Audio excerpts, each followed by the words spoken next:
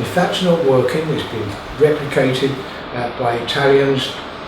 We're talking a long time ago, we're talking 25 years ago this has been done, but it doesn't involve drugs, so nobody's interested.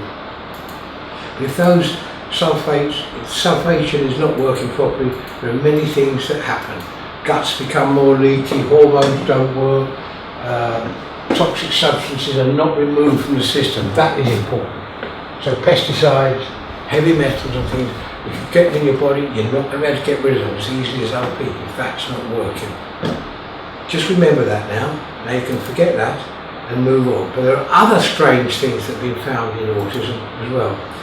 There's an amino acid called tryptophan, and we've worked extensively on tryptophan, and there are abnormalities. It's not being broken down or used the normal way. You get strange compounds being formed because these routes are blocked for some reason. Sulfation may be involved there.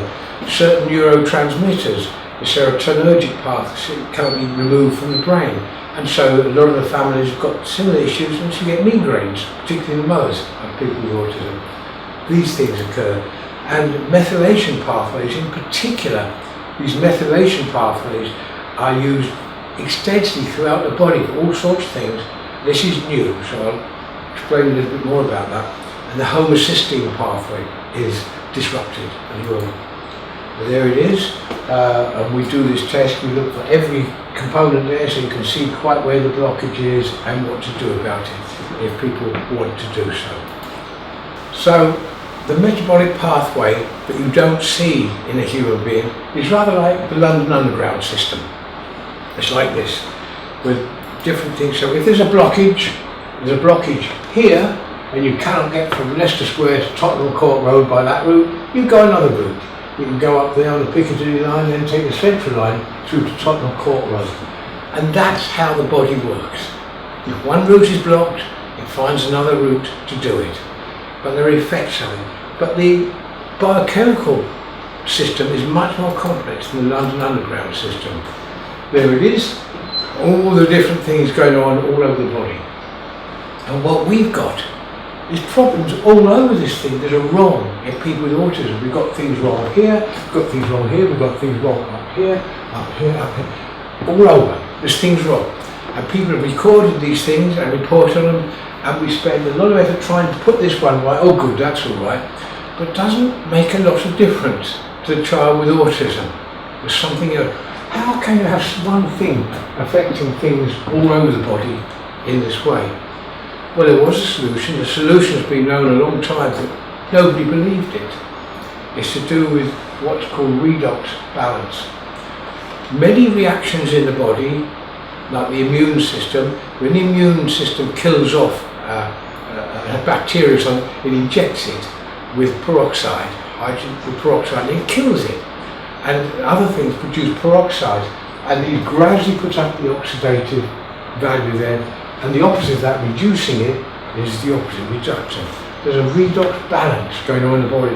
And all the things in modern life, breaking down pesticides, breaking down certain drugs, breaking down other chemicals in the body, increase the amount of oxidative stress in the body. Infections, certain metals, just breathing, the immune system, some drugs, particularly sodium valproate, which is used for epilepsy, heavy metals such as mercury. These all increase the oxidative stress.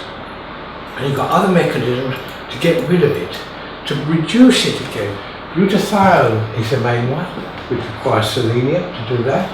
Vitamin C and vitamin E, which I've mentioned before, vitamin E, is also involved in getting this production going.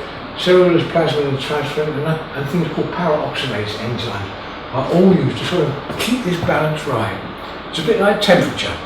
One makes it hot, the other cools it down. When you're too hot, you sweat and you get the right temperature.